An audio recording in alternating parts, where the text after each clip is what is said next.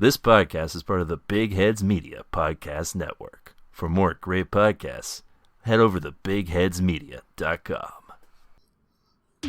This week on a new TV Tuners, Stairmaster learns the true meaning of Christmas. These toys cost how much? And special guest star Geo drops by to help Swanson give out a couple of last-minute gifts. Get in the car, Swanson. We got some Christmas to give. Oh, man. Why do you have the gun out? Get in the car. Click. All that and more on a new TV Tuners.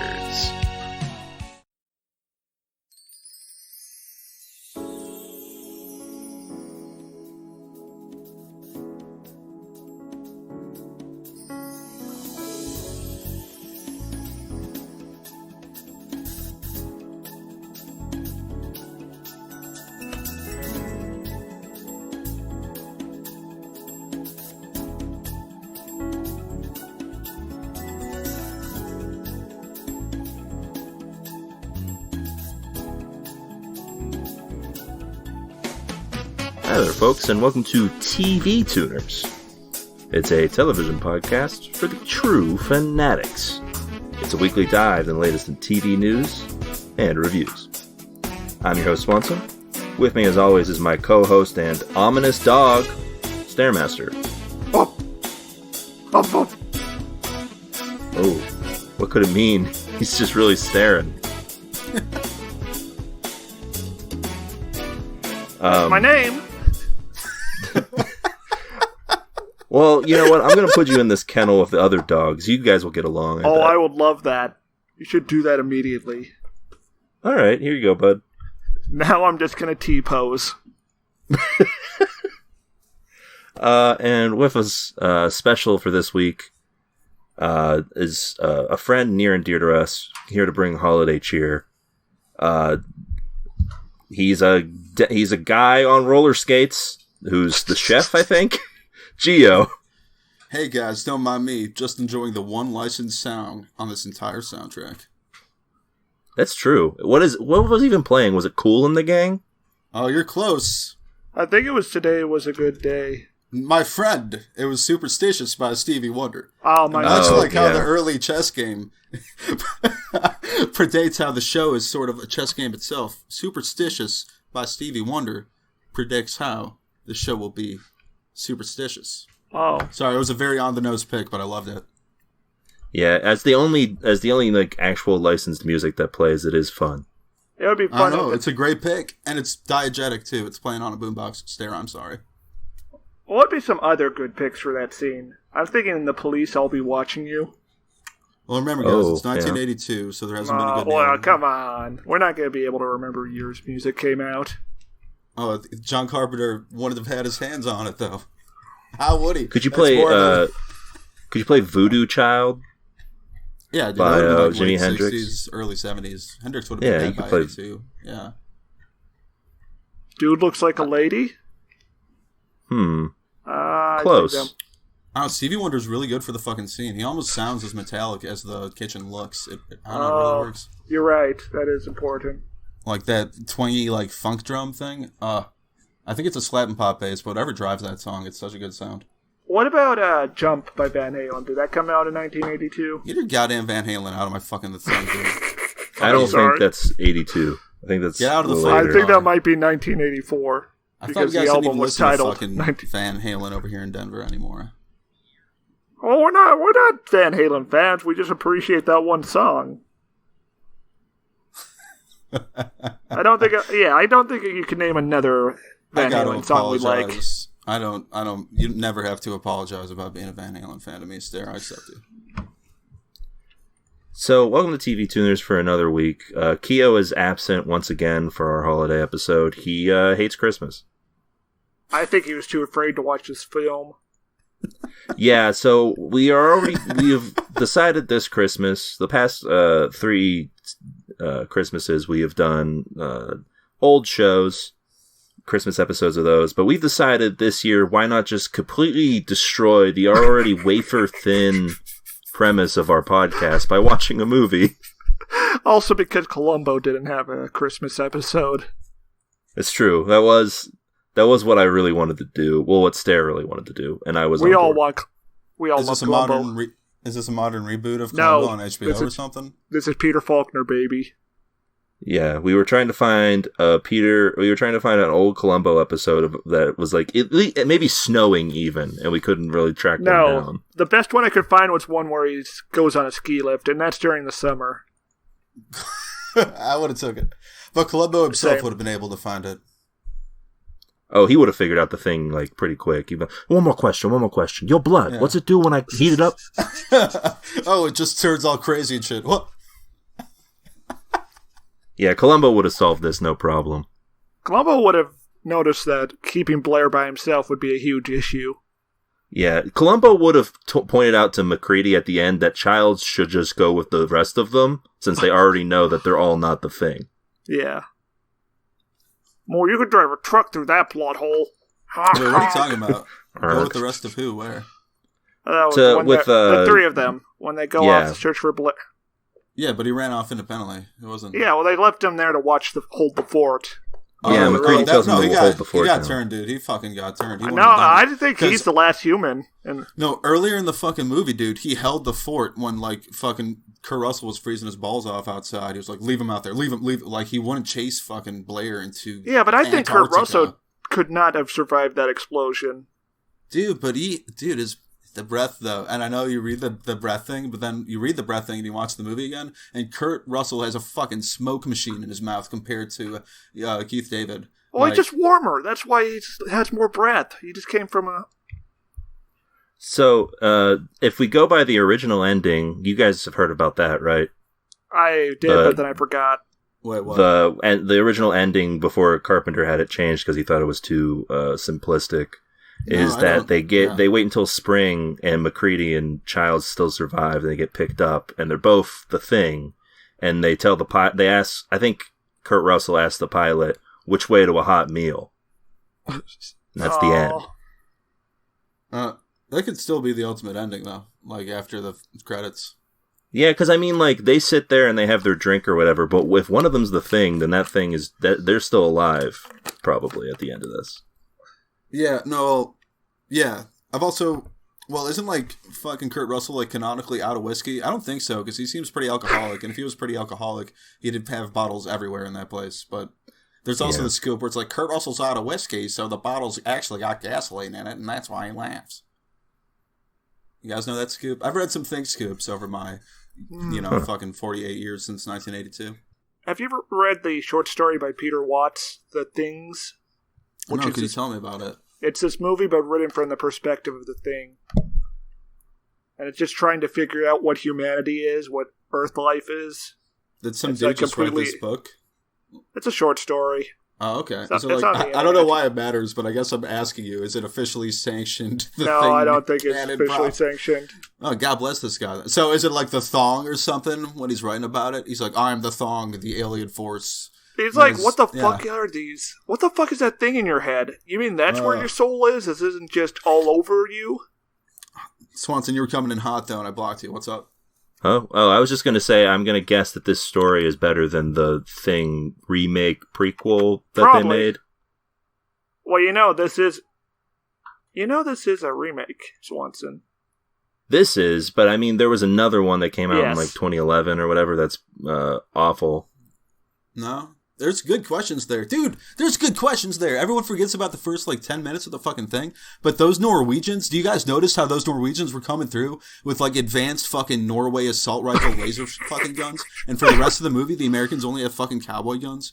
We don't see another automatic gun in the movie, but the Norwegians come in with those and with their fucking welding goggles looking badass as shit. And they start firing on the base. What else is that old cowboy Colonel Potter dude gonna fucking do but shoot him? What else is he gonna do? He's holding a fort in the middle of Antarctica and he's being stormed by an enemy stormtrooper looking guy firing at his men. But pay attention to the dog, man, because that's what happens when you watch the thing twice within 1 month, is that you notice the dog goes right up to the people where a dog wouldn't do that. Really, a scared ass fucking dog would run to the that dog buildings. Is scared and it is lapping up all over on that captain. That's not what commander would do in any of the scenes, dude. Oh, when he's looking at Kurt Russell when Kurt Russell returns. Mm-hmm. You know, there's some great acting by that dog. That dog is incredible. the greatest dog actor of all time. I'm just saying it right here. Screw Lassie. This dog does more than Lassie ever did in its entire career. Screw that dog from Volcano. Starring Tommy Lee Jones. There's room for more than one dog, dude. I always welcome more talented dog actors and actresses. Yeah, this is like the pinnacle of dog acting. This is the Marlon Brando, the Laurence Olivier of dogs. Now that I think about it, both Volcano and Dante's Peak had a dog that had to flee the volcano. Now, we are getting a little ahead of ourselves because this is a regular-ish episode of TV Tuners, but we're already starting our chat here on the thing. Yeah, ask me what I watched this week so I can talk about Volcano. Well, before we get to that, I do have to mention, of course, that if you're listening here, and I think after our discussion on the thing, you're going to have a lot of quips, a lot of comments, maybe some questions, a foresight perhaps, Mostly questions. Well, if you have any of those, you can send them over to us at our email address. What's our email, Stairmaster? tvtunerspodcast@gmail.com, too. That's right. You can send them to tvtunerspodcast@gmail.com. You can send all of those pertinent questions and answers and whatnot. And we're also available on Twitter.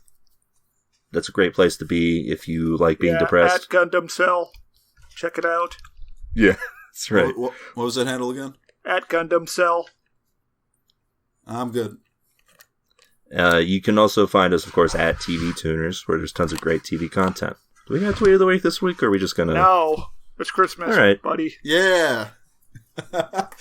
Hell yeah, dude. Merry Christmas, Stairmaster. That's a good Christmas present, honestly. Not having to do work while you suffer. Oh, wait, do you guys got those reviews for the thing? Like fucking whoever said bullshit in 1982 with the Tribute or something? Oh, there's probably a ton of bad reviews we could find. I mean, yeah, we all know this one, how the reception was at the start of this movie, right? Well, I don't. I just heard it was bad, but like, are you going to tell me a specific story where somebody got beat to death or something? Oh, no, just that, like, everybody shit on this movie. Wasn't this hated by the critics? Yeah. It received horrible reviews because they considered it, like, I guess, cynical.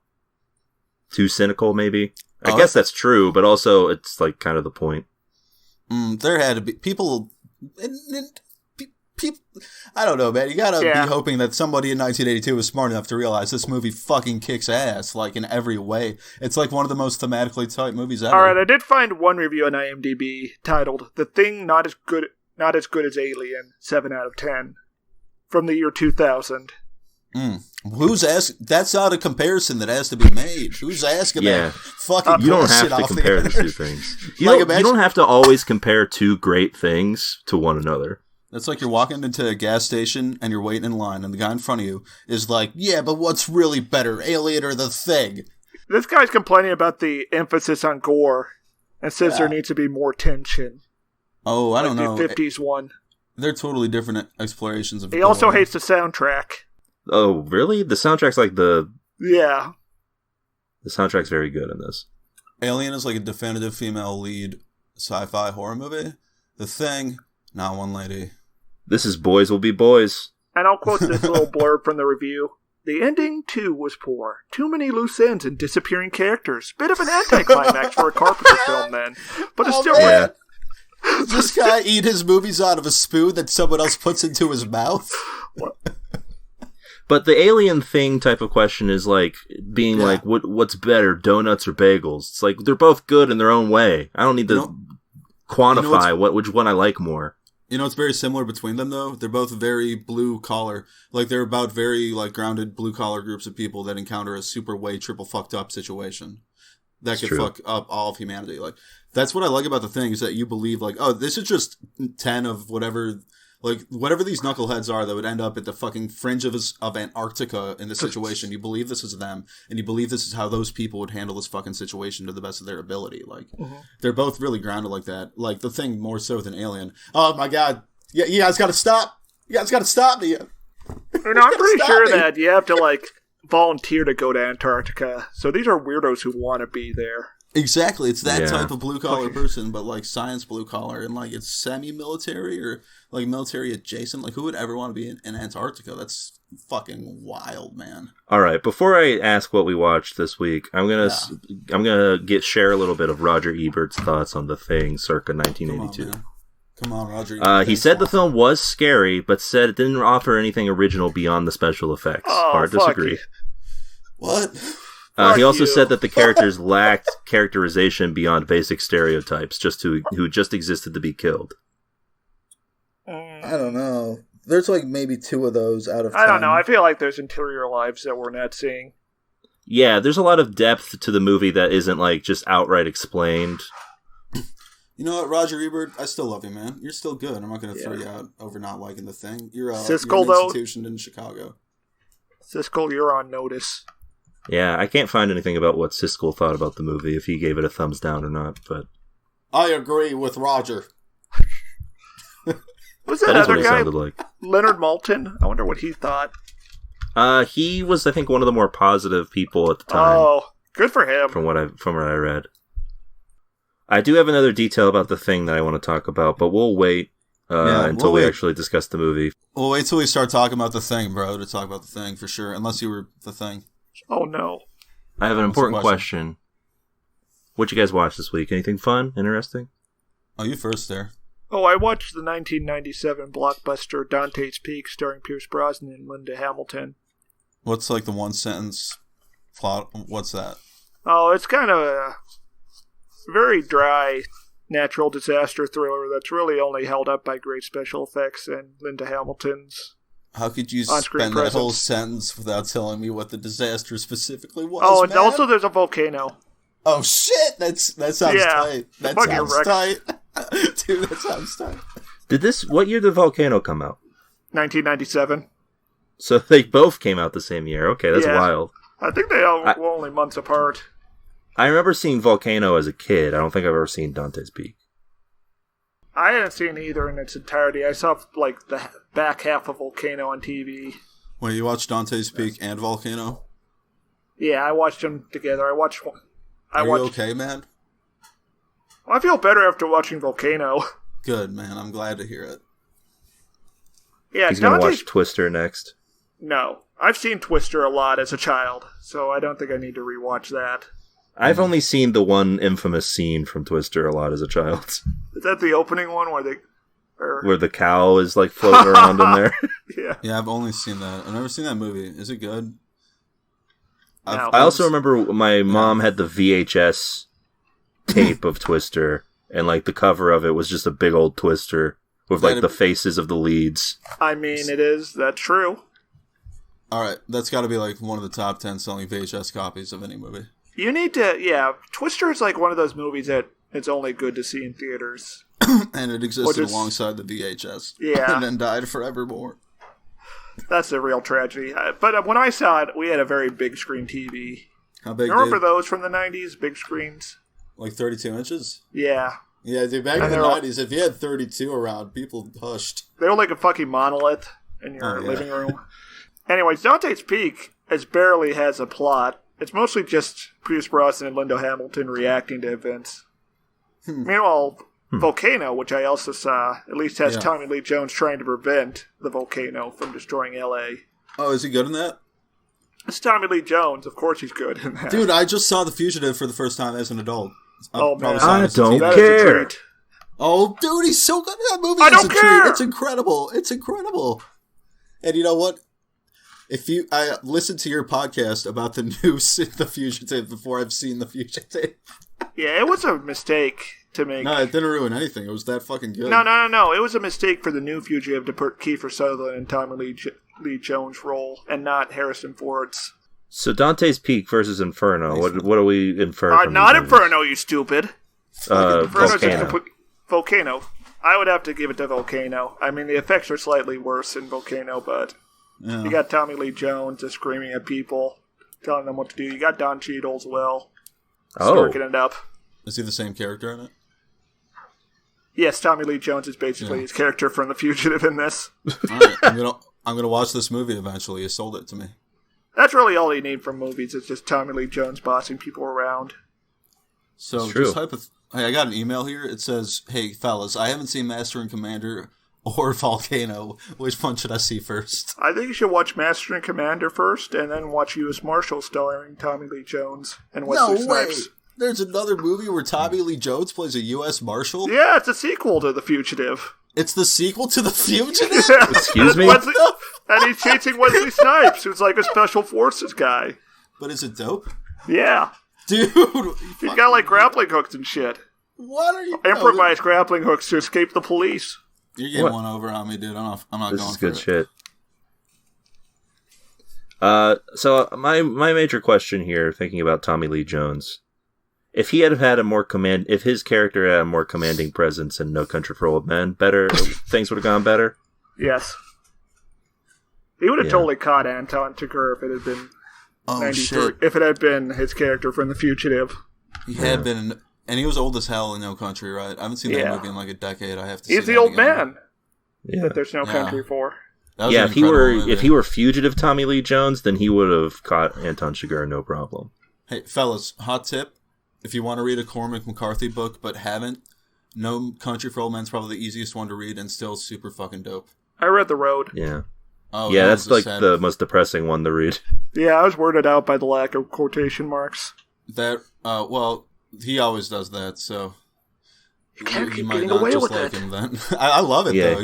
He's like, fuck off, like, grammar lessons. You know, I'm Well, Cormac it's McCarthy, probably- I'm just running it. Like, if you catch his vibe and it flows and melts into your brain until you're in the world of Blood Meridian and everything is cosmic and horrifying. It's probably slightly easier on his joints, not having to reach over for the quotation mark. Dude, you're gonna lose your AARP sponsorship doing those bits, bro. I don't know. He's a good writer, man. You got anything else? Yeah, I watched the Battle Lake Changjing. Oh. The Chinese-Korean war film that came out recently and was a global bestseller for this year. Uh-oh. Is it good? For a film with 6 directors, yes. If you grade it on a curve. Yeah, it has 6 directors. How? Well, the Chinese government had a very big role in producing this film. How many of these directors are still alive? Well, there's 3 of them credited on Letterboxd. I don't know what happened to the other 3. Oh, no. Oh, wait, alright, so batting a 50-50. Yeah, so there's like these very abrupt tone switches. You'll have the people getting blown apart by American air power, and then they're making jokes the next scene with wacky music playing. Didn't this guy do Fight Club? So wait, one of these directors is Josh Whedon? Yes. Yeah. What, Josh Whedon did Fight Club? No, because they're making wacky jokes. Yeah, pretty much. And there's some weird choices. There are no Korean people in this movie about China defending Korea from America. You watched it? Yes, I watched it. I watched a camera So with like Indian casino advertisements edited in. It's a Chinese movie? Yeah, Chinese war movie. Okay, epic. so did you watch it like with subtitles or dubbed? With subtitles. The version I had only had Hindi dub. I was gonna say, did it even get dubbed into English? You were doing an English subtitle of a Hindi dub of a Chinese movie? It was Chinese audio. It had 2 tracks. But it also had Indian casino advertisements, including some video ones that were cut into the movie. Like right after you really go out of deaths. your way to watch these, man. I really appreciate. I was just in a Discord and a person was like, "Hey, you want to watch this?" Did he open a trench coat while he asked? Yeah, pretty much. Hey, I got this. Get a load of that. That's how you watch it in the third world. You got your trench coat guy with this compact discs. It's true. He's got DVDs on one side and organs on the other. And you gotta watch those films with the little banner for Pashish.com with a $20 sign-up bonus at India's most famous casino, allegedly. So anyway, before I get into, sorry, they could have made Americans out to be more bad guys than they actually were, but instead they just kind of humanized them more than American action movies do, which was very strange. Like, America basically bombed North Korea into the Stone Age during the Korean War. Like, I don't know about the specifics at all, but the numbers are atrocious. Oh, okay. Like, way worse than World War II strategic bombing. And they gloss over that, I take it? Yeah, you only see them bombing military targets. You could have, in the opening scene where you're introduced to America. Huh. So how does this compare to Volcano with Tommy Lee Jones? I would rather watch Volcano. Okay, I'm sticking with There's too many characters in this one. And too many directors. Yeah, that's the two major problems. And they're all wearing puffy coats since it's like November in the mountains, so you have trouble telling them apart. But I generally have a problem with people's faces. What's your problem with them? I can't tell them apart. Oh, that's a problem. It took me like 2 watch-throughs of Generation Kill to figure out who the different characters were. Oh. Up to, other than and including Mustache Guy or the other? Yeah, I think Mustache Guy was the only one I figured out. Okay. Also, I watched Bad Boys for Life. Oh, all right. How's that? I was really enjoying it until they had a stinger scene setting up a sequel. Oh no! I was like, this is a great conclusion to this epic saga. And then Will Smith walks into the prison like it's Marvel's Avengers, and I was like, fuck off. I will always be disappointed that they didn't save Bad Boys for Life for the 4th movie. Oh, that would have been tight. They would have had to wait too long for the money, though. Yeah. Yes. You don't leave that money on the table for an extra 2.5 years. So before I get into what I watched, I was talking about old VHS tapes, and I remember this one. I think this is a forgotten movie, but let's see if you guys Put it in, pick Swanson. up any details from this. What? So this is the VHS cover for the movie Fear, another thing my mom had on display as a child that I remember seeing a lot. And this is yeah, that's right. I prayed at the altar of scary Mark Wahlberg. Oh my god. So it's Mark Wahlberg and Reese Witherspoon. And he is a controlling boyfriend, and this is sort of like a fatal attraction for teens, I think is the tagline. I think at the end he falls to his death from the bedroom window. So you hate to see it. Fatal Attraction for teens. What's the appeal of Fatal Attraction again? Yeah. But it's for teens, so they're going to cut that out, right? So what do you even have? Presumably? Is Fatal Attraction that photography-themed PlayStation 2 horror video game? No, that's Fatal Frame. Are they related? Yes. I think Michael Douglas voices a player character. Yeah, he plays himself, and it's really weird. I think there's an evil spirit nearby.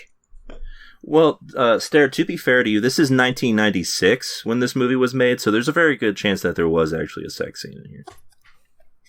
And since it's 1996, there's a good chance Michael Douglas was there. Oh, you know what? Okay, so I was scouring the bottom of the Wikipedia page. You know what? This is listed under 1990s erotic thrillers, so that implies all right. That implies there is some eroticism.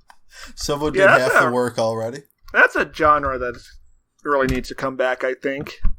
Yeah. Yeah, it really just hasn't since the recession. It hasn't since the 90s. Well, we're in this weird sexless period. 9/11 happened and we decided no more sex in movies. Like, you got all these really buff superheroes in tight outfits, but none of them are fucking. No. Not even in the DC movies where you could presumably get away with it. I think it's had something to do with the drugs they're doing these days. Since, they stopped doing cocaine for whatever reason in the 80s. What are they doing? Yeah, now they're now they're all on various pills. Probably Valium or something. Probably Quaalude. No, probably the secret Quaaludes that they're making like Cambodia for the Illuminati. True. Fucking rich people too good for weed or something? Yeah, actually. Well, now that the poor can have it, yeah. Yeah, like those people at the top of the Squid Games. Yeah. Do you think the face man was rolling blunts? Oh, no way. I bet he didn't even smoke. No, the face man is like a narc. You can love it, yeah. The front man, by the way, I think is his name. The front. The face man. The heel man, since he's the bad guy. Yeah, it's wild how he turned out to be the thing. I look at this poster, and Mark Wahlberg looks like a very young Donald Trump. With the way. She's mine, together forever, or else. Fear. I'm gonna make you fear. In theaters now. So what I actually watched this week, I really only have one thing to talk about. I wrote an article on it. You can catch over on my normal writing spaces or just on my Twitter. But I watched Lucille Ball, classic TV icon. She made a comeback attempt in the 80s to sort of piggyback off of Bill Cosby. He had convinced a lot of former TV stars that they could make a comeback. Why? Because he had a huge success. Oh, yeah, right. Yeah, because he was big in the 60s with like I Spy. Yeah. And then he had like a couple failed sitcoms in the 70s and then the big Cosby Show. So she came back with Life with Lucy, which is, at this point, she's 75 years old. She hires most of her old writing staff from her old shows in the 60s and 50s. Mm-hmm. And hires one of her scene partners who is pushing 80. Well, and good then, for her. And all of that is cool. Like, the weird thing is that her and her scene partner are like the best parts of this show. It's just that it feels like a 60s sitcom made in the 80s. Oh my god, that sounds so okay. It's a lot of just the same. It's a lot of the same routine that you would expect from like a 60s sitcom, but with like an 80s flair to it. It's not bad per se. It's just a very weird thing to watch. I think the main reason I was interested in talking about it is because, one, Aaron Sorkin has that shitty ass movie about Lucille Ball out that came out this past week. Why does he have that? Oh yeah, it's on Amazon, isn't it?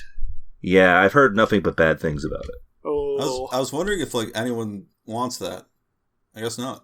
I don't think so. I think it's only he wants it, and that's why it got made. Who knows what goes on in that twisted mind of him? Yeah, I have to assume there's a scene where Desi Arnaz describes to Lucille Ball how TV works, because that's usually how he writes. A man has to describe to a woman how something works. At the end, Lucille Ball has like a speech at the end that solves racism in America. Yeah. But in this show, I was mostly fascinated by it because she had come back. She had been off the air, like she had been not on TV since like 1974. This is 1986 when the show debuts. And this is her like big comeback attempt. I was mostly interested in it because the critic reviews at the time were like devastatingly harsh to her in particular. Not even the show. They were just like, why is she here on my TV screen? She looks terrible. Yeah, too old. Like that kind of shit. Oh, that's fucking... People can't be saying that about people. But I guess they do. Oh yeah, you could say whatever the fuck you wanted in the 80s about any woman, apparently. As long as it wasn't, I guess, Nancy Reagan. Someone would fight you in a bar over that. Yeah. But no, there was very savage reviews, and like the show gets canceled after 8 episodes. She finds out that it's canceled after taping the 13th episode, which never makes air. And then she never does another show, and she dies 3 years later. Oh. It's brutal. It's a brutal end. But, like, also, it's just kind of a fun footnote. Because, like, no one remembers this show. When you think about her, you think about, like, the foundation she laid for, like, sitcoms and all that jazz. You don't think about, like, this weird 80s relic where I didn't see this episode, but apparently at one point a robot shows up. Oh, yes! Hold on. Let me find the photo, because it is kind of a cursed image when you look at it. But, yeah, at one point there's apparently a robot that shows up. And I don't know what goes down, but I assume it's, like, comedy. You know? Robots are inherently funny. Oh, so anyways, to mention racism, I forgot. So you haven't seen Volcano, either of you? I have seen Volcano when I was a kid. Oh, do you remember how it ends, Swanson? Nope. At the end, they've dammed off the lava, and they're trying to help this kid find his parents. And there's been this whole subplot about this black guy being at odds with the LAPD. And so the kid is like, I can't find my parents. They all look the same because everyone's face is covered in soot from the volcano. I like this. Uh-oh. Yeah, so it's just like this inspirational music plays as the camera pans across these soot-covered people working together in the aftermath of this disaster. God damn. I'm surprised this didn't win the Academy Award for Best Picture. Yeah, and Tommy Lee Jones is conspicuously nowhere to be found for this. He read this part and was like, I'm not in this. All right, here is the photo of Lucille Ball and her co-stars with a robot. It looks like it's from a hardware store? Yeah, the setting for this sitcom is a hardware store. This is what they took from us, people. This guy's got like a fat penny head. He's got like a diving suit head. And a bow tie. And his eyes are shaped like sunglasses. Hey, Swanson, what year was this episode of television? 1986. They all aired the same year. So this is 4 years after the thing happened, and they're still putting robots like this on televisions. That's right. Well, this is only 2 years after Rocky IV, I think. Yeah, when the robot craze really started. What's the end of that robot story arc in Rocky IV? Well, you heard that Sly Stallone has made a director's cut of Rocky IV, right? Someone on Instagram asked him to keep the robot in, and Sly Stallone replied with, "I don't like the robot anymore." Oh no. He said that? He's betrayed us. It's I can see him trying to take himself seriously, I don't know, that robot, man, it makes that movie robot is so weird, dude. But that robot should have shown up at the end to convince him to like not give up. No, it has an arc though, because I asked my wife and she pointed it out, but I forgot. I think the robot just ends the story in marital bliss with Polly or something. Well, I think she's gaslighting you. Doesn't Polly die at the end in Rocky IV? No, he's alive in Rocky VI. No, he loses all their money in Rocky V, which is why they go back to Rocky 1 to do Rocky again, even though he fights on a severe brain injury. And then Rocky VI, everyone's hyped for it. He's helping Rocky run the restaurant, and he's like, "Whoa, slow down, dude! Slow down there, buddy." So I haven't seen it yet, which is why I watched Rockies 1 through 5 this year, and then I just couldn't watch Rocky 6. I just watched too much Rocky at once. I can't wait for Rocky and Creed, where Creed goes back in time and helps Rocky train to beat his dad, I guess. I'm pretty sure Michael B. Jordan could just kick past Carl Weathers' ass in the ring. Yeah. Like, just cut out the middleman. Creed, Genesis Creed. Yeah, probably. Yeah. I don't know. Back then, boxing was a lot more punches directly to the head. Oh. I mean, but he's got, he's got a better diet than they do. It's true. Yeah. Anyway, that's all I have to talk about. Gio, anything you watched this week that you want to talk about? That's not sure. Rocky. No, it's definitely not Rocky. I can't do that again for a while. But did watch Squid Games, heard about it on the TV tuners, and it was a really good... No spoilies? I'm not done yet. Man, everything's a spoiler, though. I would say that I really enjoyed it, and it was a great series.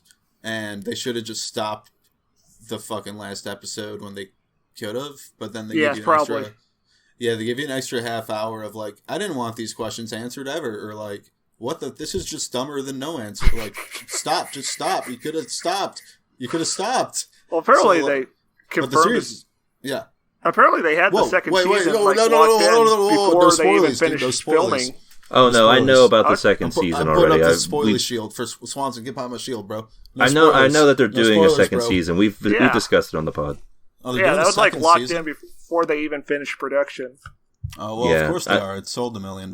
I expressed my disappointment for not just letting a thing be a standalone thing. Yeah, it was really great though.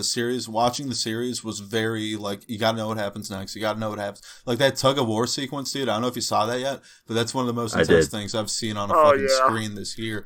And the show itself even takes a second to breathe after it. So I am very rarely someone who bites on cliffhangers. I've been on that one hard. That is the most earned cliffhanger of all time. Oh my god, that's insane, dude. Yeah, that was I almost never fall for cliffhangers. I'm like, yeah, whatever, man. I'll watch it when I watch it. Even though it's plainly obvious that they're going to not die. Because any series that has that in it. Like, how could you say that's a bad season of TV if it had something that great in it? Like, and it's a great series, and I'm glad I watched it. Thanks. Now you need to watch Kaiji Ultimate Survivor.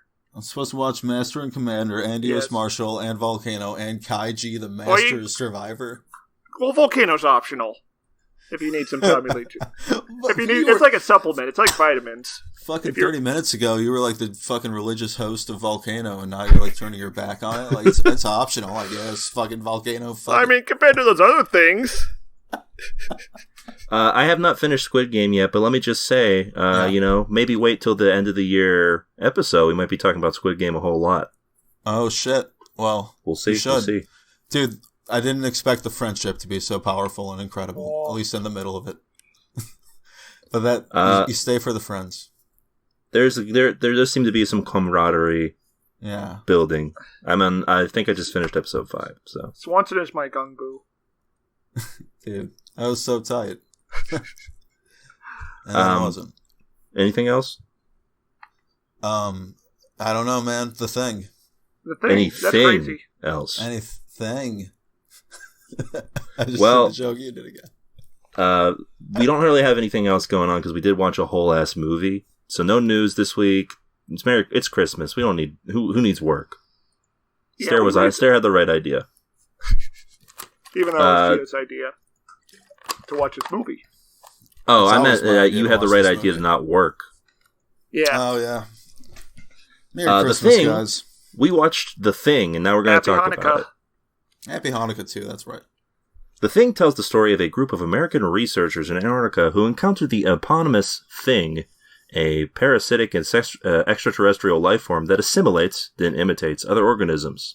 The group is overcome by paranoia and conflict as they learn that they can no longer trust each other, and that any one of them could be the Thing. Did the Thing leave you out in the cold, dying?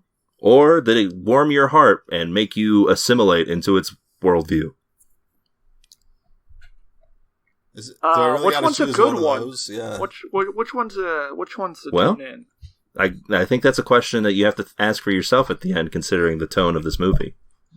Which one's the good one? But the good one's probably the freezing to death. I'm not sure, because then you're not containing a virus. I'll freeze to death for this movie any day, man. It's incredible. I was chilly. I got my toe turned into an alien or whatever the fuck the good option was. Yeah. So let's just get into it, boys. We already been talking around it. Let's talk about it. Let's talk in it. Yeah, let's get in there. Let's get in the thing. So, for a while, or when I rewatched this movie around this time last year or the beginning of this year, it's hard to say, but it was wintertime, a perfect season to watch this movie. This is the perfect sort of pandemic Christmas holiday film. You don't really know who you can trust. Spirit. Everyone's your enemy. It's true. Yeah, it's really fucking cold. It captures the weather pretty great, and it's dark all the time. And you want to go outside for some fresh air, but you can't because it's so fucking cold. So you're stuck in rooms with people you don't really want to be there with. So it really is like the holidays with your family. Yeah, especially if your family's not into vaccines.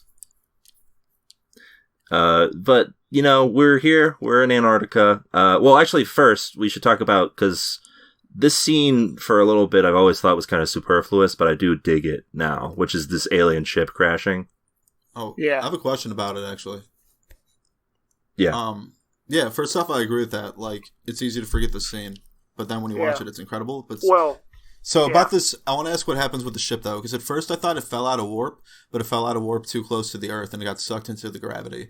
But then I watched it again, and it doesn't actually fall out of warp. You see it zooming up to the camera. It doesn't just zip into light. It zooms up. So, like, what happened? Was he a drunk driving alien? Like, because he doesn't land gracefully at all, and it seems like a crash land. Or, like, how did the ship crash? I gotta ask you guys. Well, obviously, it's a fallen angel being cast away from heaven in its chariot. Oh, yeah. This is sort of like an Evangelion type of deal. Yeah. Thanks, sir. You make things so clear.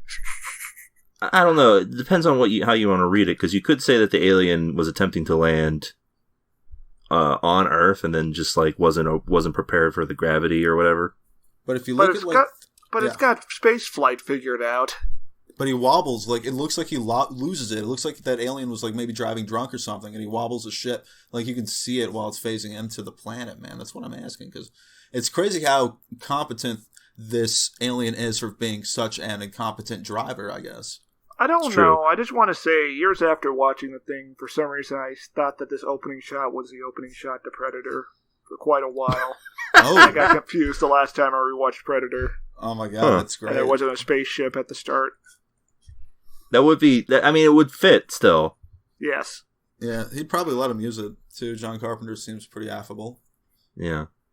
Anyway, we get these cool intro... We get the cool intro to the thing on the screen. You can't do that today in movies. Just have your title burn into the screen. Oh, it's a sick effect, though. Yeah. Oh, here's the... I'll say it now, because I want to continue to say...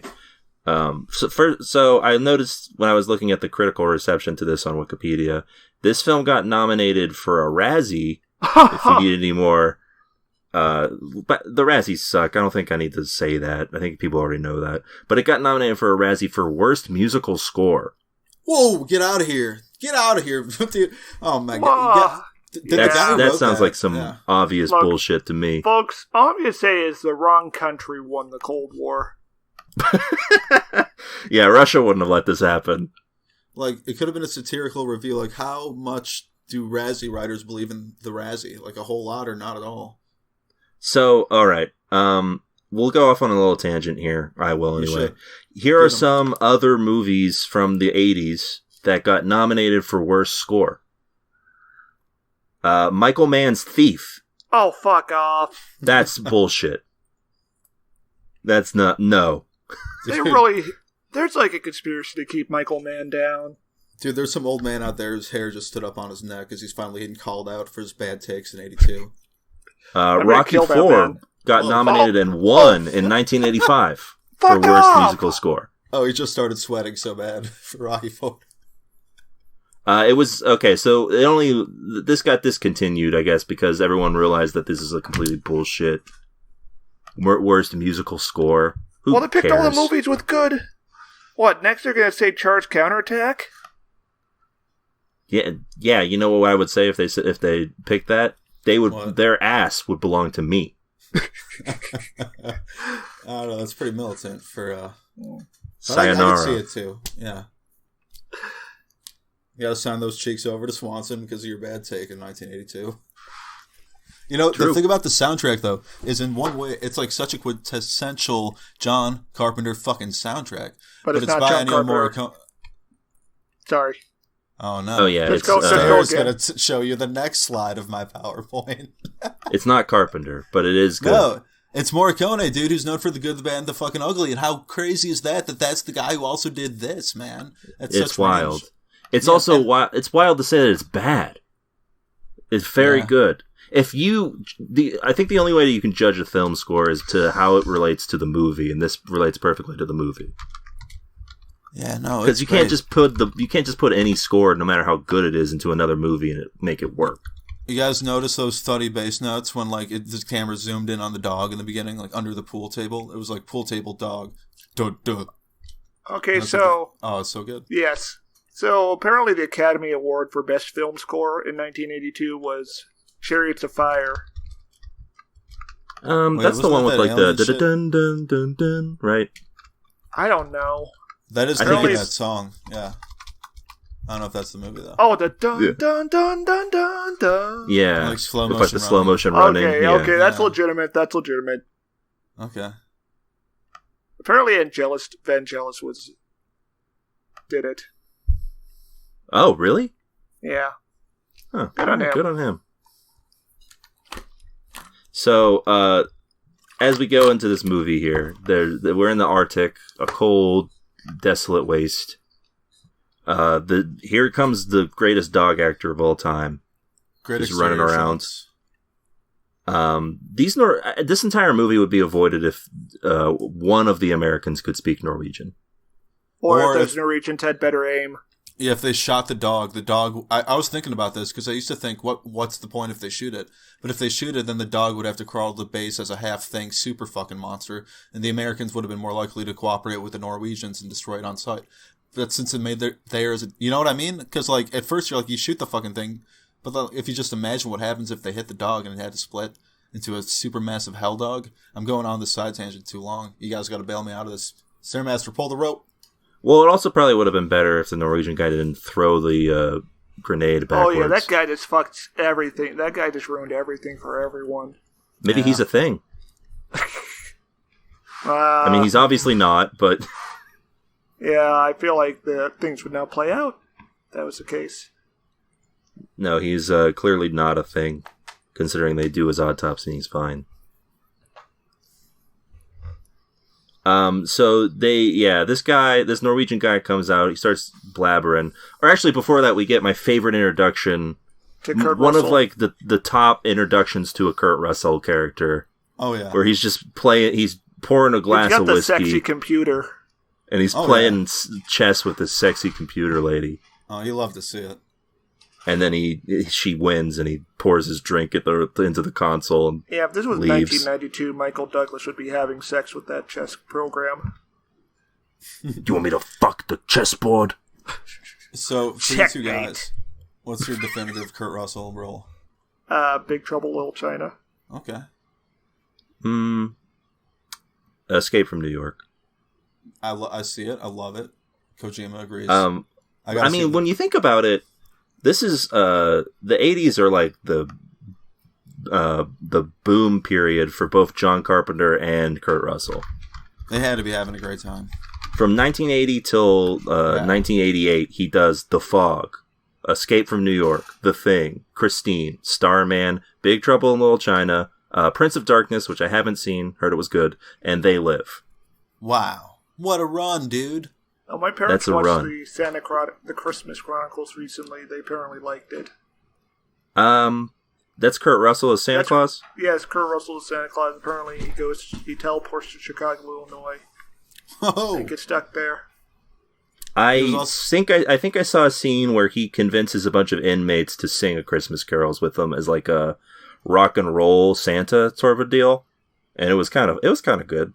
So the Norwegian guy gets down there. He's like speaking in Norwegian. They're all like, "Huh? What the fuck? What's this guy talking about?" He blows up his own helicopter, and then the dog, like, yeah, you can tell from the jump that this dog is not human or animal. What if the dog had a human face? It does shortly thereafter. Yeah, true. And so the Norwegian guy shoots one of them. He shoots Norris, I think. Chuck Norris. And then he's promptly shot by the commander. Best random captain name, Gary. Yeah. Well, I think that's its last name. I think these guys are all they're all last names, right? No one has a first name that they go by in this other than RJ McCready. Besides for the thing. Oh yeah, of course that's his first name. Yeah. You guys notice how the radio operator was called Windows because he's like the window into the world. He's also, but he also doesn't do that at all in the film. No, he doesn't. It kind of sucks ass. It's like 4-dimensional character naming. It's true. Carpenter's playing at a level that they should have done a scene where he had his eyes get fucked up. They do that. Oh, you're right. He does terrible. literally get his eyes fucked up. Yeah. We'll get there. He gets sort of his whole deal messed up. We'll get there, dude. So yeah, McCready, they do an autopsy on this Norwegian guy, and they're like, yeah, he's fine, he's normal. They want to go to the Norwegian base, and McCready's like, yeah, I guess we can do that. I'm not really sure if that's a great idea, but why not? He has been drinking, by the way. Yes. Oh yeah, he's been drinking, and I think that's why he's trying to play it off a little bit with the storm. But then he's just like, yeah, sure, whatever. It's a believable part of the character, though, instead of just a thin like piece of script writing. And I believe that this guy is drinking this much in Antarctica as he flies helicopters. Like, I believe Kurt Russell in this. One of the little bits that I liked on this rewatch is that in the early scenes, it really captures the boredom of just being in a desolate wasteland. Oh yeah, especially the part where I don't remember who is watching the TV, but they're watching like videotapes of game shows, and they're like, "Nah, I already know how this one ends." So they put in another one. Yeah, and they light up a Pat Doob. Yeah, I don't think that was Windows. I don't think it was going to share it. It seemed like a dick. Yeah, Keith David's like, "What the fuck are you doing?" But no, also on your rewatch, you notice how deliberate and spooky the dog's movements are. Because honestly, I wasn't watching the dog that closely this time I watched this movie. But then when I watched it again this month, like I'm watching the dog and it moves very deliberately, almost on stilts, but it's actually a dog. It's really spooky and weird how that dog moves. That dog moves. There's like a 3 separate shots of the dog watching the helicopter leave and then watching it land again. And I didn't notice them too much the first time because I'm stupid. But like on the second time, like it's very deliberate and awesome, but you don't pick up on it. It's so tight. It's a great movie. Just a dog, man. Ominous dog. Yeah, dogs love to just sit silently. I don't think that dog barks once. Nope. Oh my god. No, I don't think so. That's the thing. I guess it could bark because it can imitate the vocal patterns. Yeah. It just doesn't. And so they go to this Norwegian base. It's bombed out. There's all these charred people hanging out, frozen corpses. There's one guy who slit his wrists and his throat, I think, right? Yeah, that's the correct move to do in this situation. Yeah, he had the right idea. He's still human shaped. Yeah. Yep. He died with dignity. That guy had the right idea, unlike the charred, malformed body that they find. Also, he possibly left the body hanging, though. Probably. So, yeah. I don't know. Makes you think.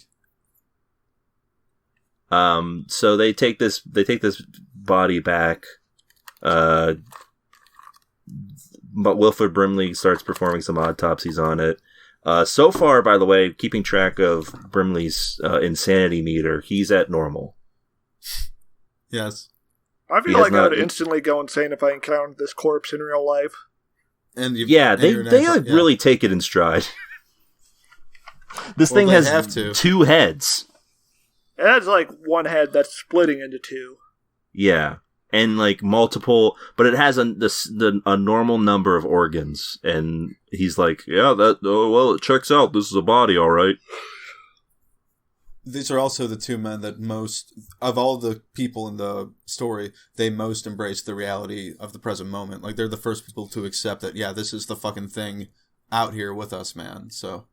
Yeah, it also makes sense that those are the 2 that would most capably handle that moment of insanity as well.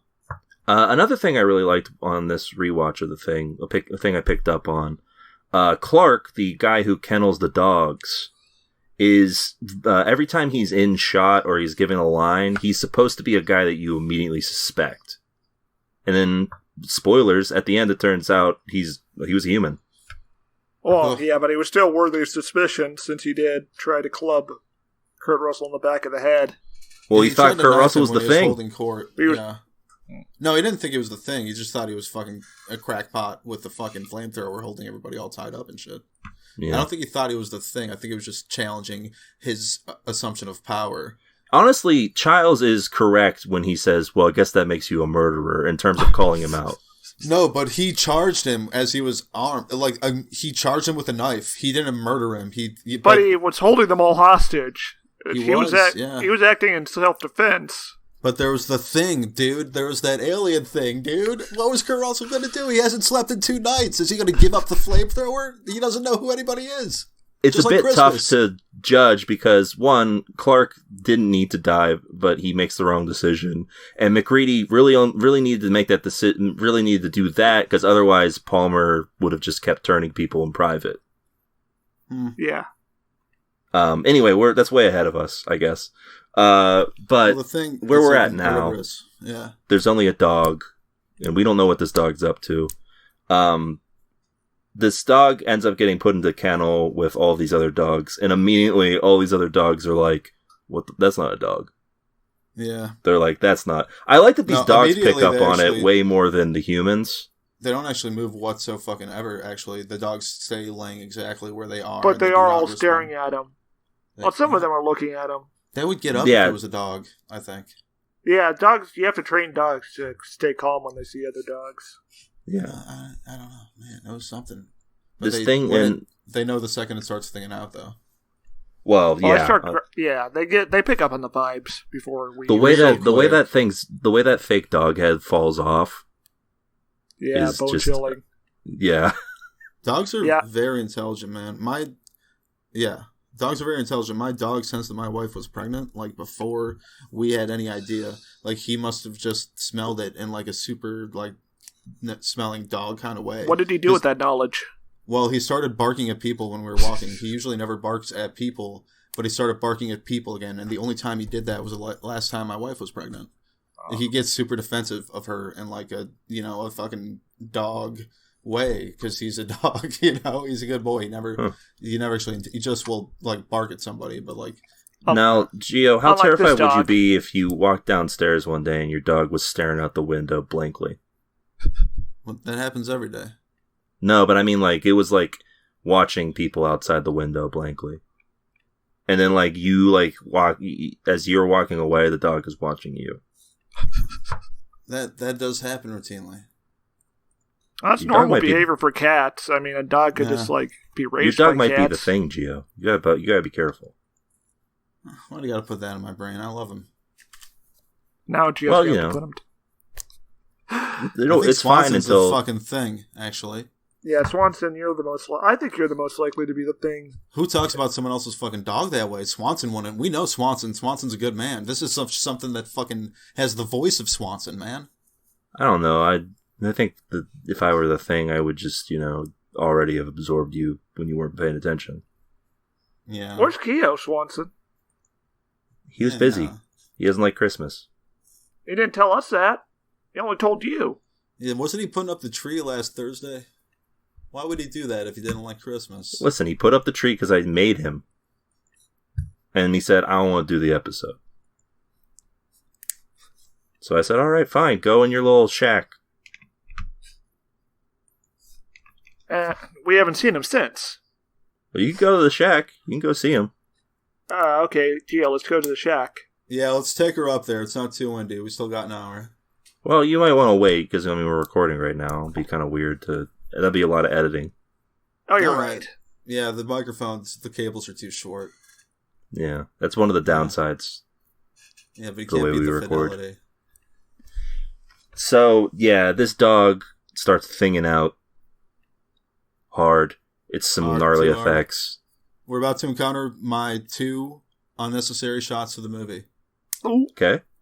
One was where that poor dog got that weird, gross acid spit fucking shit spat on it. We didn't have to see that. It's okay. I'm not going to tell John Carpenter what to not put in the movie. But wait, you mean the part where it gets spit with the acid, or the part where it's like decomposing? I'm talking about both of those parts. So both of those 2-second shots. I would have took those 4 seconds out of the movie, man. But that's just, I don't like seeing dogs get hurt. Unlike Swanson, who's trying to be it is wild. I feel like these dogs really get across the fear because that one dog is just biting through that fence. It is terrible, dude. Those poor dogs, man. Yeah, I felt worse for the dogs than the people. Yeah. Clark opens the door and there's like some dogs immediately bolt. Good for them. I don't think they make it out, but good for them. Yeah, he like sees this thing and like closes the door immediately. He's like, "Hey everyone, there's a fucking problem here." Just personally speaking, if I saw this, I'd leave. I'm leaving. Yeah, I would take the jet ski or whatever, and just go until I reach the ocean. The jet ski, they have to make it all the way back to America? Yeah. In case of emergency? Yeah. Yeah, I would just leave. The snowmobile. I'm walking out into the snow and just letting nature take me. Because at least it's better than the thing. It's just like The Shining in that way. More on that in a second. Oh, right on. So McCready is like, "Hey, Childs, give me the flamethrower." I forget who tells Childs this, but he's like, McCready wants the flamethrower. He's like, "Huh? What?" Yeah, And that's a hell of a request to get at 1 a.m. And I love the bit of like delay in Keith David before he incinerates this thing, where he's just sort of taking it all in for a second. Yeah, it's a great touch. It really sells it. And sure enough, he burns this thing up. They've got a new thing for Wilford Brimley, the autopsy. He is, I think now is when the insanity meter starts to tip a little bit over to the insane side. Yeah, you're starting to pick up on that knowledge unknown to God, and it's damaging your soul. Because this is when he learns that it can perfectly imitate other organisms, which that's a thing that you learn, and that's a hard detail to get. Like if you're the guy messing with this tissue and this like creature, and you figure that out, that's no good. You're just like you're just like, I wish that didn't happen. Yeah. So you guys got to forgive me because I have garbage brain. But so Brimley and Blair were separate characters. There was a doctor. No. Wilford Brimley is a guy on the TV commercials for diabetes medicine, and Blaine is a character played by Wilford Brimley in the 1982 film The Thing. So Swanson's been talking about Blair this whole time. Yeah, Blair is Brimley. Okay, I fabricated a doctor named Brimley who was just in these parts, and it didn't look right, but I was going along with it because I forget stuff often.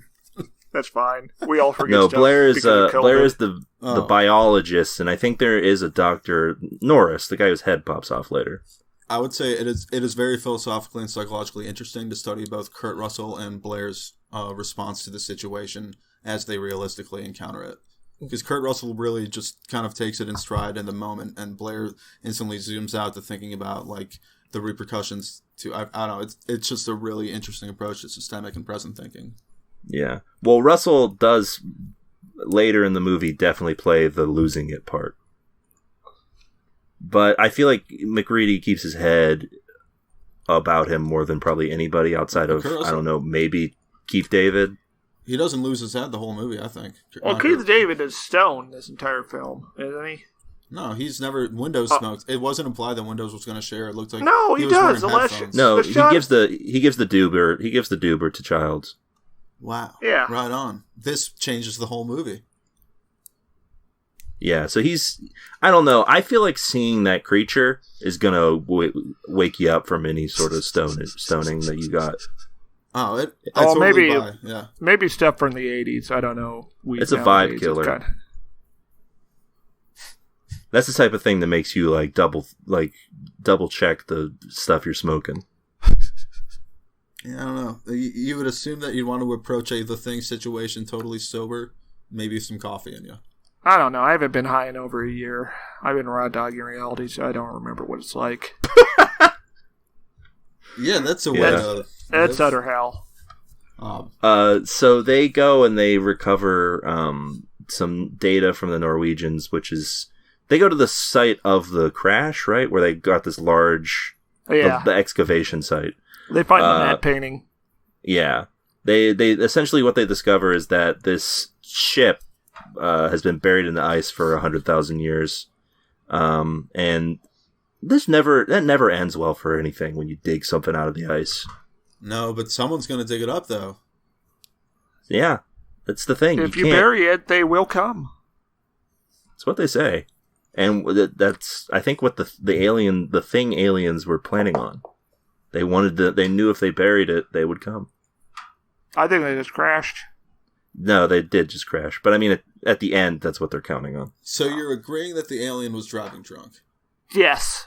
Okay. I think this whole movie is a message against drunk driving. Or else this might happen to you? From the Thing's perspective? Yeah, that's right. Pretty much. All right, yeah. This movie's about waking up hungover on the wrong side of the border. Yeah, John pretty Carpenter much. is just really racist. Who knew? That's definitely the vibe of the movie. I don't think it's in the text.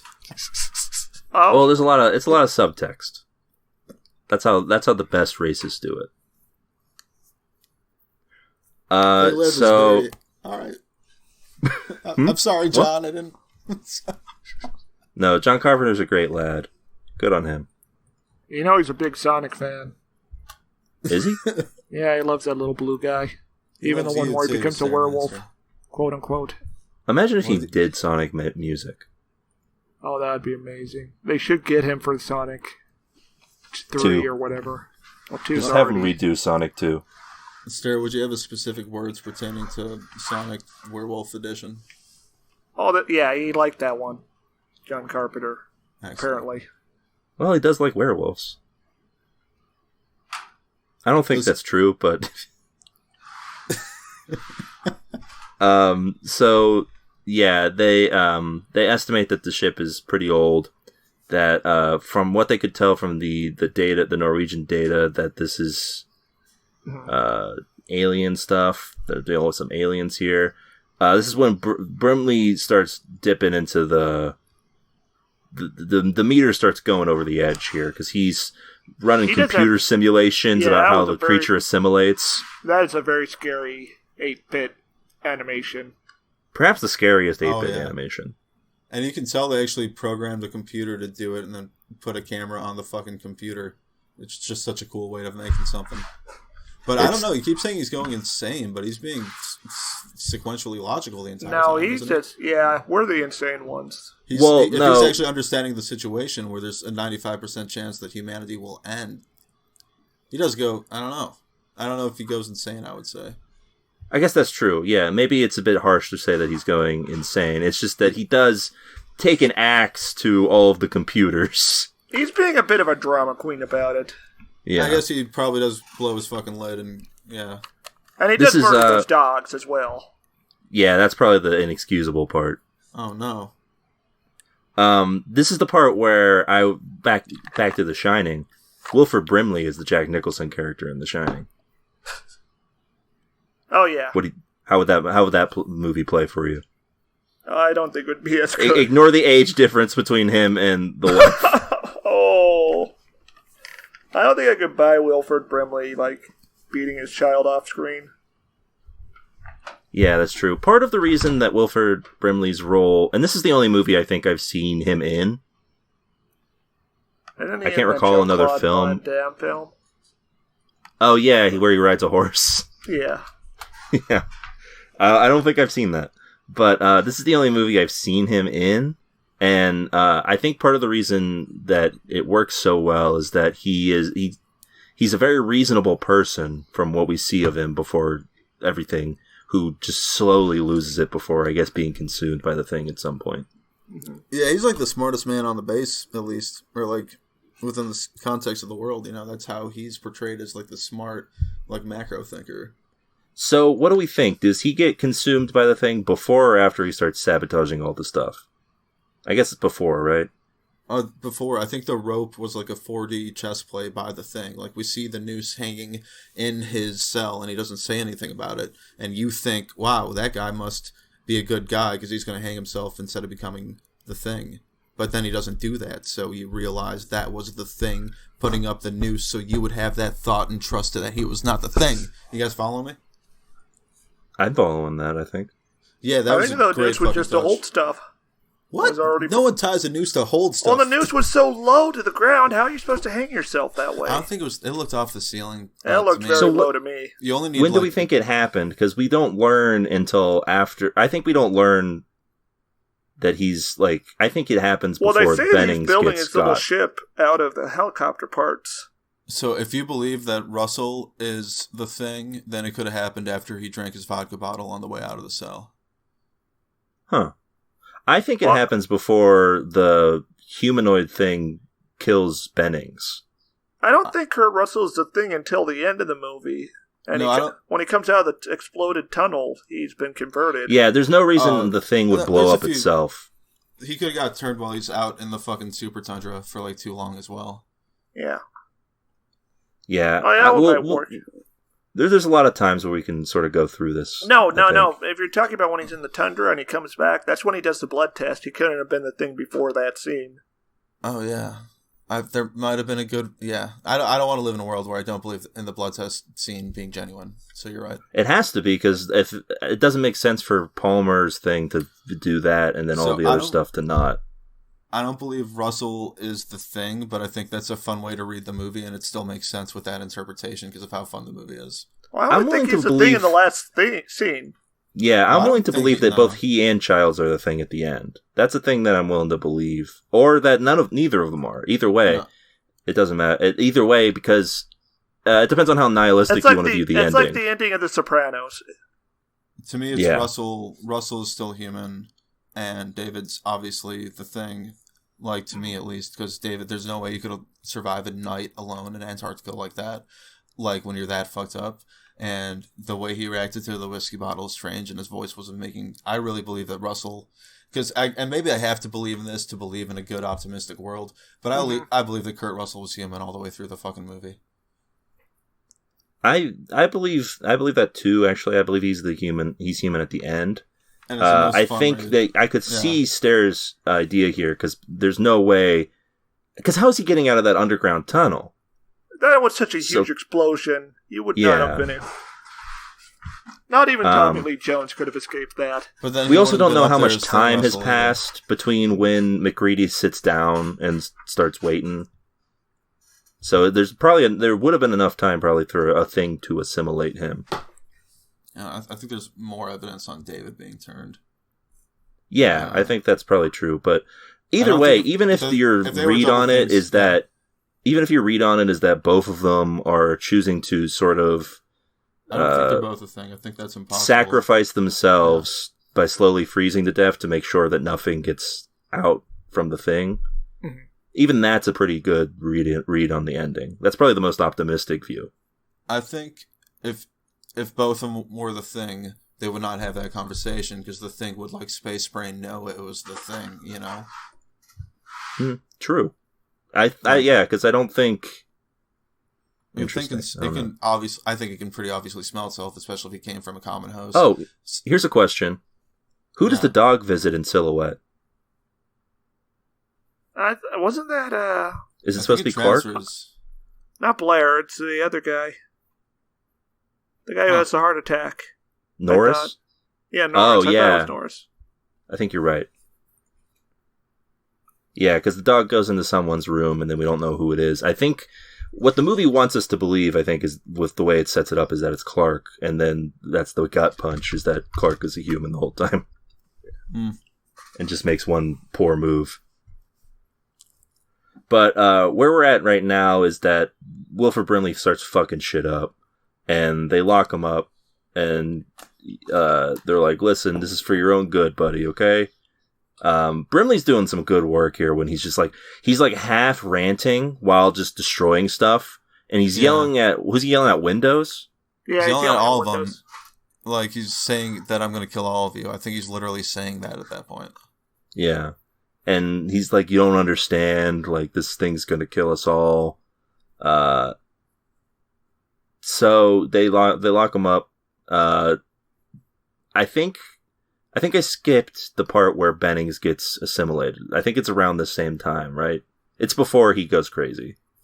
I don't think everyone's assimilation after is they spelled lock out. After they lock Blair up, the body assimilates Bennings and Windows. Yeah, Windows is the one who sees that, right?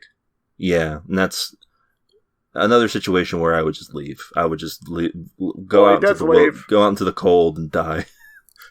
Yeah, because this is when McCready, when Fuchs brings McCready the book of all of the stuff that Blair has been writing, where he's like, this thing didn't want to be an animal, it wants to be human. Yeah.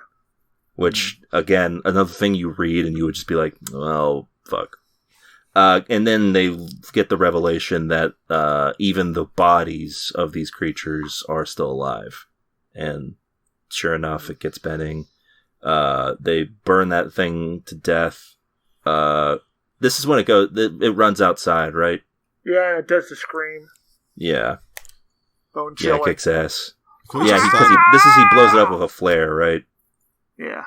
Can we just talk about how they have flamethrowers? Like, they just have them because they're in it's Antarctica. Yeah, exactly. Like, it's industrial equipment they have on site, just like a table saw or a drill press or a fucking drill. You know what I mean? But they're fucking flamethrowers, and they just have them like fucking lawnmowers. And they're all pretty good with them. Or at least McCready and Childs are. Yeah. Yeah, Windows kind of drops the ball. It is hard. We'll get there. I think that scene is like probably my most like favorite sequence in any fucking movie. But like we'll get there. We'll get there, man. We'll get there. Yeah, we're almost there. It's not that. There, man. When you think about it, this movie, the plot machinations aren't really like complex. Really, it's about who you think is the thing at any given point. It's kind of a complex plot, though, because everything's happening simultaneously, and you don't see all of it. Yeah, there's a lot of strategic cutaways. Mm-hmm. Yeah. A lot of strategic fade-outs.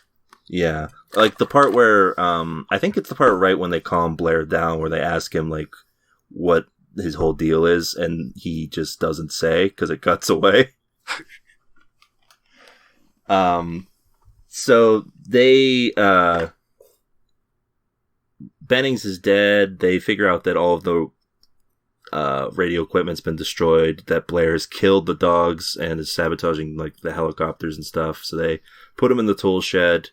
This is where MacReady drinks his bottle and says, "Trust in the Lord," which is the most, that's like a fuck you line, I'm pretty sure, right? MacReady's not actually telling him to trust in the Lord. No. So he leaves. They're going to test the members' blood that they have in storage, but the blood stores have been destroyed, and there's only one person who could have had it, which is... Well, there's two people, the doctor and the captain. Yeah, and they all believe that the captain did it for some reason. I don't...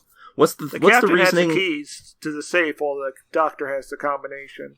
Oh, right. Okay. So, yeah, they start to lose faith in Gary, and MacReady takes command. I love this scene where... Windows goes and gets a gun, and they're all trying to calm Windows down. And then they're like, maybe someone else should take command. And Childs is like, yeah, I'll do it. And MacReady's like, no. No.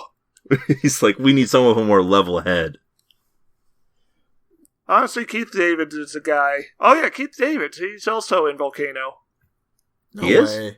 Yeah, he is. He's a police lieutenant. And that's one I shouldn't see. I'm watching that today. I mean, compared to U.S. Marshals. All right. Yeah, I guess. If you say what was he? And Master and Commander. Nice memory. So they, MacReady takes command. Eventually they find Fuchs' burnt corpse, and they try and figure out, I guess what they assume is that he committed suicide to avoid assimilation, which... Yeah, that's probably what happened, right? Yeah, and this is where we get Nichols coming back by himself, saying MacReady's a skinwalker. Oh, yeah, because MacReady and Nichols, I think, Knowles, maybe? I don't remember this guy's name. He and MacReady go to investigate MacReady's shack. Great Kurt Russell line of, like, now we're going to my shack. And this guy's like, why? He's like, because that light wasn't on when I left. Good. That's just classic, good, hard-boiled writing right there. Mm-hmm. Oh, it's a good delivery. Yeah, well, I mean, yeah. I don't know if it's a good... Yeah. No, it's good. It's good writing. It lets you know why they're going, what's going on there. Because it cuts immediately to the shack, and then another fade out, and the shack lights are off, and Childs is trying to look for where they are. Yeah, so Nichols comes back, says that MacReady's a changeling. Yeah, he's a changeling. That he found his jacket in the furnace. Yeah, and this is never really explained either. Yeah, I think MacReady tries to make a defense of it, which is that like someone put it there, but I don't know who would have done that. Maybe Palmer would have done it to friend At this point, MacReady. They conclude they need to barricade themselves in and keep MacReady out. Yeah. But MacReady busts into the storeroom and grabs some dynamite. Oh, he looks so fucking cold. This is what we call a Sigma move. This is Sigma move. Also, Chekhov's dynamite. This dynamite comes back into play. That's a great strain name, by the way. Just get a half ounce of Chekhov's dynamite. We don't really know what happened with the torn clothes. I think Gio probably has it the most correct, which is that whoever's the current thing, I guess Palmer at this point, because Blair wasn't really out yet, is tries to frame MacReady because he's the most He's the leader of the human tribe or whatever. He's the most powerful one. But at the same time, it also supports McCready being the fucking thing because there's never a square answer for it. It's true. It also could have been Norris, I guess, because Norris hasn't died at this point. Honestly, I can't remember which one Norris is. I feel like there's Norris 10 is the redhead guy who has the heart attack. Oh, okay. Yeah, this is right where He's it like happens. He's like a fourth tier character. Like he gets like maybe 4 lines or something. But boy, when he gets that defibrillator, man, that was something. This is the gnarliest scene in the movie, and I love it to death. Oh my god, it's too fucking amazing that they put a jump scare in after you already know there's a spooky monster. It's really effective. Because you don't expect the monster to have its chest turn into a large mouth. Yeah, this is like if they did the chest burster scene in Alien after you already met the alien. Dude, yeah. And it still works. Stair, the mind cannot help but compare that scene, man. Maybe all those 1982 Alien vs. Thing people were onto something, and we got to finish the fucking fight. We got to finish the fight. We got to finish the fight next Christmas when we watch Alien, everyone's favorite Christmas movie. Yeah, dude. So my favorite fun fact about this scene is that the way they did it was they had false arms attached to a double amputee, so they could look like they were being bitten off. Oh, movie magic. Well, I hope that guy was like totally consensual and well paid, because that is wild. He was probably paid pretty well, I imagine. No, they fed him to the thing after. Oh, that is really something. That is something to think about. The arms were filled with wax bones, rubber veins, and jello. Wow, they did a great fucking job. It looks terrible, man. It looks so fucking bad, dude. And this thing starts expanding and growing and blowing up. And the dude, when his head fucking falls off, it's just the gnarliest shit. It incites panic in the brain that sells you on the scene like every fucking time. And then you see it just sprouting like eye stalks and all this sort of, and like fucking legs and shit. It's wild. It's just, it's so good. There's two types of people in the world: the people that fucking torch it, and the people that lock up, and you don't know who you are until it's too late. And it's Windows. Exactly. Like you see that thing happening, you fucking you don't need nothing. And I guess fucking burn it, dude. I don't remember who says the line, but it's just a perfectly encapsulates the moment line of just, he sees this thing skulking away and says, "You gotta be fucking kidding me." Yeah. And then McCready torches it. I think McCready might say that. And it's someone else, but I can't remember who. It might have been Palmer, which would make it fun. So yeah, this is where Windows gets killed. That's a blood test scene. Yeah, that's the next scene. I think it cuts immediately to him after him setting the thing on fire. He's tied up a bunch of people, and he's like, "All right, so we're gonna test blood," because the way I figured it out with via the head is that it's all part of a whole, all of the individual bits. Mm-hmm. From here, from right here until the chair, maybe my favorite sequence that's ever happened in movies. I don't know. It's fucking incredible. It's very good. So because it plays into the paranoia perfectly, Keith David and Kurt Russell are just going back and forth with each other. They hate each other's guts at this moment. Yeah, David refuses to yield anything. Yeah, it was a blunder on his part not to clear Childs first. Like, even if you hate him, Keith Davis is the guy you want on your side in this sort of emergency, any emergency. Well, that's the thing, though. Until you hit Palmer, Childs isn't buying this shit.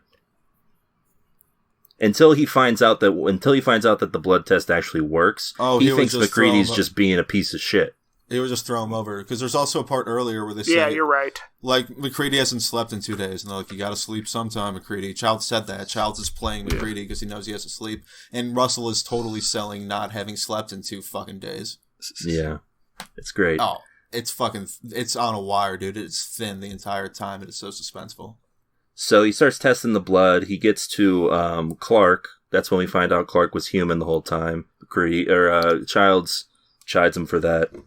Then we get to, and you can, what I think I really like about this rewatching it is Kurt Russell really sells the desperation in his own idea when he starts getting to people and it's not working. Yeah. Because he knows someone in here is the thing. And he's really he's really getting desperate. Like, he sells that desperateness in his face. And props to him for untying them immediately. Yeah.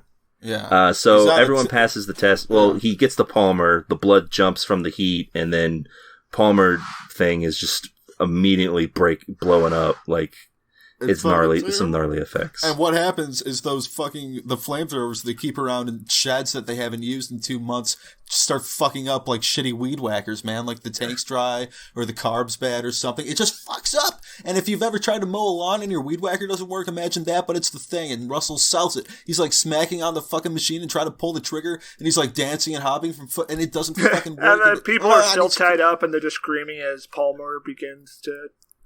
Oh, that's trying to fix the machine, dude. Oh, dude, when its face just like puffs out and then like its eyes blow out, and the couch, dude. And then Windows gets got. Yeah, it jumps on the ceiling, and Windows is just like, oh, and it just he gets fucked up. Bitten up. There's so much failure happening in this moment. There's like the mechanical failure befalling Russell that he can't fucking fix, and there's Windows who's failing in a way that like it's very human and terrible, and you fucking hate him, but it's like, holy shit. You would hope that you would be Kurt Russell in that fucking situation, but you never fucking know. You know what I mean? I feel like I'd probably be Windows. I feel like it'd be Kurt Russell, because Kurt Russell's already accepted that he's dead. I feel like Kurt Russell should have known that Windows was going to fuck this up. Like, of all the people at that base, why would you trust Windows with this? That's why you do Clark. That's why you do not Clark. That's why you do Childs first. Childs first. So the first time I watched it, I didn't even notice Windows was the radio guy. But then the second time, Windows kind of seems shitty the whole movie. He just seems like a bit of a flake the whole time. Yeah, true. I mean, because maybe you just see that because you know what he does. Well, he's making excuses all the time about why he can't actually fix the radio.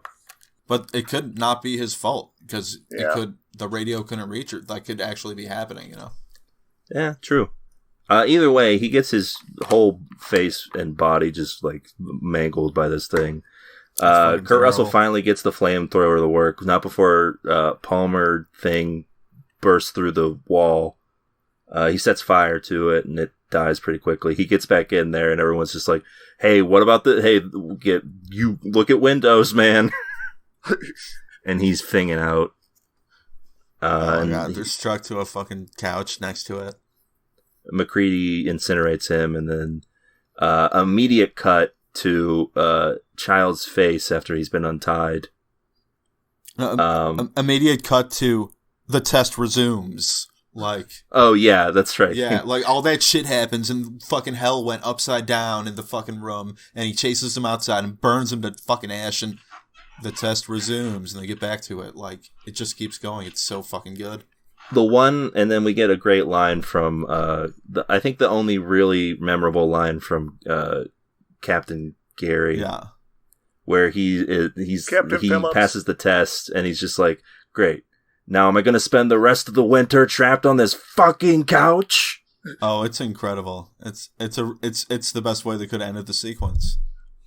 And so after all of that, this is my big like you know what the thing is capable of. You know that there's only one person who still could be the thing based off the people you have around you. Why not take Giles with you? Why have him stick behind? What do you have to guard, really? I don't know. I mean, because then at least if you know where all four of you are, unless you start getting lost, you know where you guys are. Yeah, you definitely shouldn't split up in that situation. But I feel like maybe it's a blatant. I think McCready still doesn't trust him. Or Childs doesn't trust McCready either. He probably doesn't want to be in his group as well. Yeah, so I think that trust, and that's part of what makes the ending work for me. Even if, regardless of whether or not one of them's the thing, it's that they finally decide that it doesn't matter. It's an incredible ending. So Childs gets left behind to guard, and they go to test Blair. By the way, I forgot to talk about this scene earlier, but I really love the scene where they're talking to Blair, and Brimley's just like, listen, I think I'm really good now. I think I deserve to go back into the group, guys. I think I'm really good, guys. Yeah. He plays that really well. But here, he is not in the cabin anymore. He's escaped. They find out that he's essentially he's made like an underground tunnel. Or was it already there? He had to have dug it. Yeah, that's a lot of digging. Yeah, but he's the thing. So that thing dig like I'm just saying, the thing knows how to dig. Thing knows how to dig, baby. That's why he probably could loves this movie so much. Probably I love the little an excavator. The little flying saucer that it was working on. Yeah, that was fucked up. But that really demonstrated, like, it explicitly demonstrated the intelligence of the thing in a way that the movie hadn't yet. But, like, this thing's building a spaceship in a tunnel that it dug out. While the events of the movie were happening, it was doing that and it was doing this. And, like, it built a fucking ship down here. Like, it really ups the ante in a way that you didn't think the ante could have even been upped anymore. Yeah, it's wild. So they go through this thing, they figure out, McCready speculates that what the thing is planning on doing is returning to hibernation until someone comes to find out what happened here, and then it can get on board. Right? Yeah. The power gets cut, yeah. Oh yeah, this is also when they see Childs leaving the base. So they decide to detonate the entire thing to destroy the thing, and starts planning out explosives. This is gnarly. Wilford Brimley just appears behind Captain Gary and just sticks his fingers into his skin and like covers his mouth. This is JoJo's Bizarre Adventure. Vampirism. Yeah. This is the scariest thing Wilford Brimley's ever done. This whole scene, too, it plays in what feels like the crawl space of the base. Like, it's almost a haunted house. Like it's just the place people have been throwing shit for 80 years. It's a very creepy dungeon that they fit into this movie somehow perfectly. And the lighting is very, like, to call back another Carpenter, the lighting is very, like end of Halloween type of lighting, like, very orangish hues all over the place. I gotta see how they did. Blair is moving around like a Michael Myers type figure, just stalking people, keeping as quiet as possible. Yeah, they shouldn't have split up. What happens with Knowles here? He just sort of leaves. He just hears a noise and wanders off. Does he die? We don't really know what happens to him. I assume he got swallowed up. I don't know. And Kurt Russell notices he's all by himself, and this is when this giant thing creature appears. Really great effects with this one. They have the little dog thing come out again just to taunt. It feels like it's just taunting him. It roars. I think Kurt Russell feels that way too, because it's his line, well, fuck you too. Yeah, this is a classic, like, this is like an Arnold in The Predator, like, you're one ugly son of a bitch line, pretty much. It's like one of those classic, just, you gotta put it in there, because that's the audience's cue to cheer. I buy that character would say that, though. But also the way that the thing was, like, tunneling towards him and popping off the fucking floor. Oh, yeah, like fucking Tremors. Yeah, just like Tremors, dude. Oh, man, just like Tremors. Oh, it was good. And it also purposely eats up the detonator, so he has to use his Chekhov's dynamite. So then, or an indica? That's a good question. What has the bigger explosion ratio? Well, it really depends on the trichomes, bro.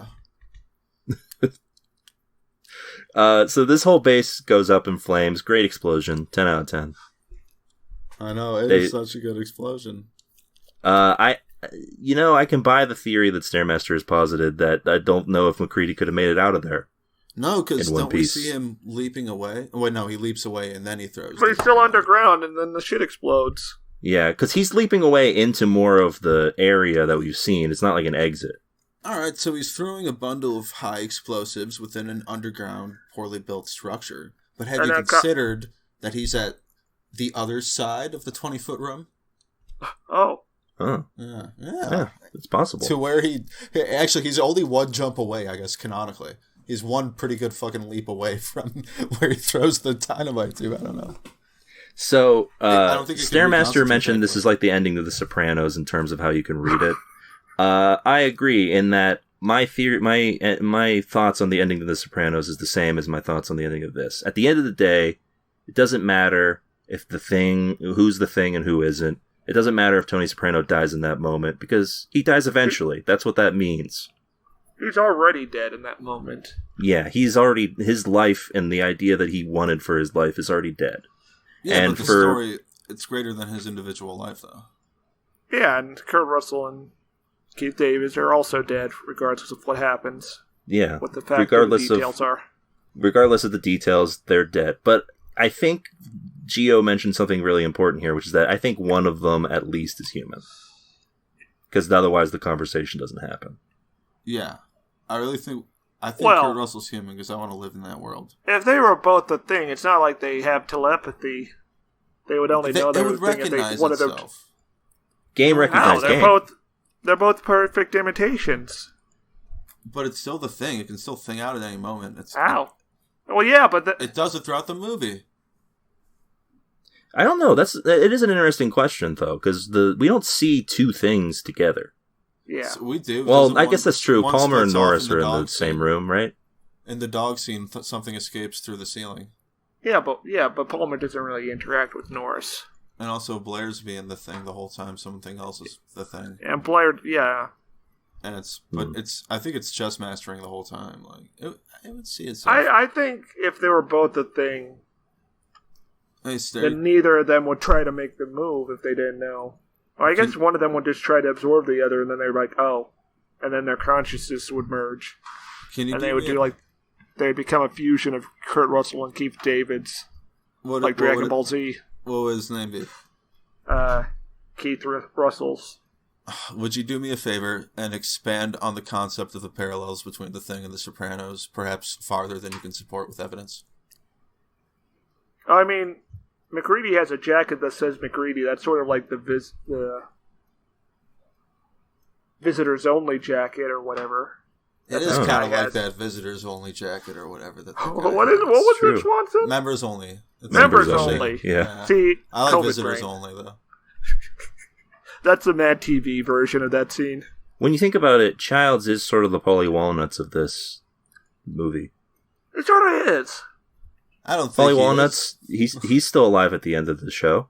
Yeah, and Childs. He killed Tony. Yeah, Childs ostensibly still alive. Probably didn't, but he could have. Yeah. I don't think Childs makes it back, and I think Childs is not acting normally. He's certainly acting much less like himself than Kurt Russell is in the moment. It's true. Kurt Russell's being very real in that moment there. But that's the beauty of this ending here, is that regardless of who's the thing or not, at this point in time, these two men who throughout the entire movie have been the most combative with one another have decided that it doesn't matter anymore. They're both dead either way. Okay, but what if they had a 12-minute fight scene? Where they're just punching each other and throwing each other on tops of cars. Like They Live? Yes, that's the joke I was making. It'd be great. It'd kick ass. That wasn't the ending either. That was like the second act or something. That was very well placed. Yeah.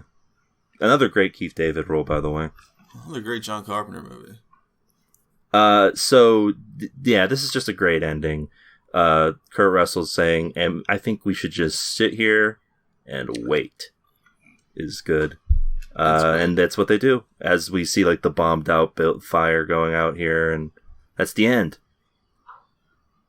They share a bottle of scotch, and that's it. So many John Carpenter endings are of this vibe. Like the escape room movies both also end on like a weird, sad but cool. But also Halloween. Note. I haven't seen Halloween. I really should. The original? Yeah, the original Halloween's dope. It's a good movie. I haven't seen it. Yeah. I don't know if I agree that it ends on a sad vibe I have to note. account for every minute of my life thus far to explain. Well, I mean, it is spooky and mysterious. That's like true. Me. Enigmatic. Like me. Yes, mysterious. I mean, They Live also sort of ends on that kind of note, right? I've seen They Live. Gio, you're a suave Michael Douglas type figure. Oh, yeah, you fuck chess computers. You're getting those business deals done. What is Michael Douglas' role? I can't draw him right now. It's like Basic Instinct. Basic Instinct, War of the Roses. What's Game. the I Game. just saw The Game. That That was a great movie that couldn't have landed. Movie. That was like a Stephen King thing where I respect how they couldn't end it perfectly because it's really hard to do endings. Yeah. So you game respect the game. I respect the game because the one thing he falls off the roof at the one angle he has to fall off the roof. Spoiler alert! For the game. Film. So this is well, this is the one movie we don't spoil. It wasn't a spoiler alert till you. It wasn't a spoiler alert till you said that, dude. All right. Could have been talking about the beginning of the movie where he's like thinking about how his dad used to take him fishing, and then he falls off that one corner of the roof where he'd have to fall off. Also shocked Stairmaster didn't say falling down when mentioning Michael Douglas. Oh yeah, he's in Falling Down. But that's like I've the least Michael Douglas has ever been. Yeah, it's true. Yeah, dork in that movie. Oh yeah, he's also in Wall Street. He's kind of like Dilbert in that movie. Yeah, but like Incel Dilbert. It's like Dilbert 3 Dilbert. Yeah, like Dilbert, but the gritty modern reboot. Yeah. It's wild to think that The Game is David Fincher's follow-up to Seven. That is really. wild. I thought it would have been the other way around. Nope, he made Seven and then decided the next thing he was going to do is The Game, which, I mean, is a good movie. All right, so that is the end of the thing. Boys, what are our final thoughts? Oh yeah, I'm going to give this a tune out. It was too long for my taste. Yeah. The critics hated it. That's another thing, man. This movie, Tight 90. so much stuff happens under 2 hours. Yeah, this episode No excuses, is longer. movies. This episode is longer than the film. I don't think we started talking about the film until 54 minutes. Yeah. Because that's the respect you have to give the thing. Well, we started talking as soon as we started recording. Yeah. Depends on what your definition of talking about the film is, though. Are you ever not talking about the film? Pretty much. Yeah. But this is what I mean, man. Like, I looked at the runtime for the new Spider-Man movie. 2 hours and 30 minutes. You're gonna tell me you're gonna be almost twice as long as The Thing? That's like as long as Squid Games. So Gio, final thoughts on The Thing? I fucking love The Thing. It's a great movie. I genuinely love it. I think it's a perfect movie in a way people often speak of Die Hard about how it's very tight and lean and everything just works in the direction of the theme. And yet, like, The Thing is very much like that and more so to me. It's kind of like how I might tell you that, like, Creedence Clearwater Revival is, like, the most perfect band of all time because of how perfectly they are Creedence Clearwater Revival. But I would never tell you CCR is one of the best bands of all time. No, that's clearly Pink Floyd. And that's the thing, dude. It's the CCR of movies, or the Pink Floyd. Yeah, that's a rousing tune in on The Thing. And that's it for this holiday edition of TV Tuners. Gio, you got anything holidays. You want to plug? Anything you want to give a shout out to? I want to plug Swanson. At the beginning of the show, you like Kurt Cobain mumbled your way through saying that you had some writing published at your normal writing spaces. I don't know what those are, and I listen to the show all the time, so tell us all what those spaces are. Well, you can find me on Twitter at Jesse Swanson, and that's where you'll see most of my writing. But you can head on over to The Avocado. If you look over at the TV section, you'll find a little place called Television Turmoil. That's where I've been doing my off and on writings about the garbage TV that's populated the landscape for years and years. Some of it's baffling, and some of it is mildly intriguing. Man, I gotta remember that. The Avocado. I like it. It's like The Onion, but less funny. It's true. Well, you gotta start working somewhere, Stair. You don't start at The Onion. Oh, you're right. Yeah, Stair's not actually wrong, because it is a site that came from people who used to read the AV Club before it was bad. I can't wait for the guys at Hard Drive to hire me so I can stop doing this podcast. Hey, we're gonna miss you when you're gone. I know. Well, because I bring in all the viewers. Yeah. It's the Stair. raw sexual charisma. Yeah, I'm the Michael Douglas. There's the Michael Douglas of podcasting. Yeah. So you want to get fucked, huh? I don't, Classic but I'll Stair listen line. to this podcast. Well, that's it for this week's episode of the show. A merry holiday to all, and to all a happy Christmas. God bless. We'll see you guys. We still got a final new year in review sort of episode coming up next week, and then that'll be it for 2021 in the rear view already. Goodbye to another shit year. Whoa. Well, it's going to be better than next year. That's for sure. It's alright, I don't know. It was fine, I guess. It was better than last year, maybe. It's going to be better than every year to come. That's for sure. Yeah, that's the spirit of the thing, really, when you think about it. So with that, I'll say goodbye, and until next week, keep watching. See ya. It's over.